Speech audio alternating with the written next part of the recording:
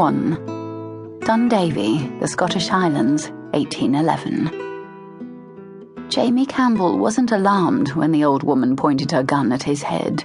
He was galled. He'd ridden up to her fence and had just come off his saddle when the cottage door opened and she appeared with her blunderbuss. He'd suffered more than his fair share of vexations these last few weeks. Things had gone to hell when his brother, Geordie, had called out Cormac Brodie and very nearly killed him. Not unreasonably, that had prompted Cormac's sister Isabella, who was Jamie's fiancée, to cry off their engagement. That was almost enough to drive a man to the nearest bottle of barley brie. But to finish off that spectacularly bad event, Jamie then discovered that his uncle, Hamish, who was losing a wee bit of his mind every day, had given away the money Jamie had managed to save in the family coffers. That money was all Jamie had to help support his clan, who had seen their livelihoods erode with the encroachment of Lord Murchison's sheep onto their small parcels of land, and many had left for better occupations in Glasgow and beyond. For the 9 years Jamie had sat as laird of the Dundavie Campbells, he tried to lead them into the winds of change, while holding on to as much of their way of life as possible. The Brodies were key to his plan, so it was all bloody well vexing, as was this woman and her gun. Jamie was descended from a long line of scrappy, argumentative Highland Campbells, men whose mettle had been tested at war, during famines, and in the throes of great change. They were not the sort of men to be put off by duels or broken engagements, or an old woman and her blunderbuss, which was shaking a little as she struggled to hold the thing up.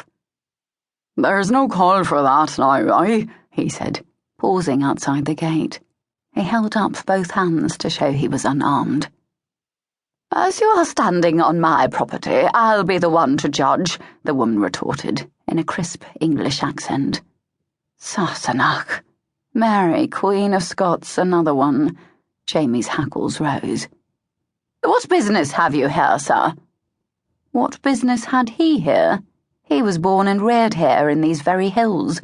He knew them all, every path, every stream, every tree. What the devil was she doing here? He shouldn't have come. He didn't generally act in haste. At the very least, he should have brought Duff, his cousin and right hand, along. But old Willie had told him that the woman who lived in this cottage on Brodie lands was the one who'd used Hamish so ill, and it had made Jamie feel a wee bit murderous. What sort of person took advantage of an old man who possessed only half his mind? Jamie was so intent on discovering the answer that he'd immediately ridden in the direction of the Brodie lands.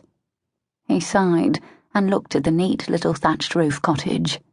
It was set back against towering firs on the edge of a small field where chickens wandered about, pecking at the ground. The cottage had been whitewashed and the fence recently mended, judging by the fresh yellow lumber. A wigan tree, which superstitious Highlanders often planted near their cottages to ward off witches, shaded the front garden, and in one open window loaves of freshly baked brown bread were cooling. It was idyllic, the sort of tidy vista that had lately brought Englishmen flocking to the Highlands.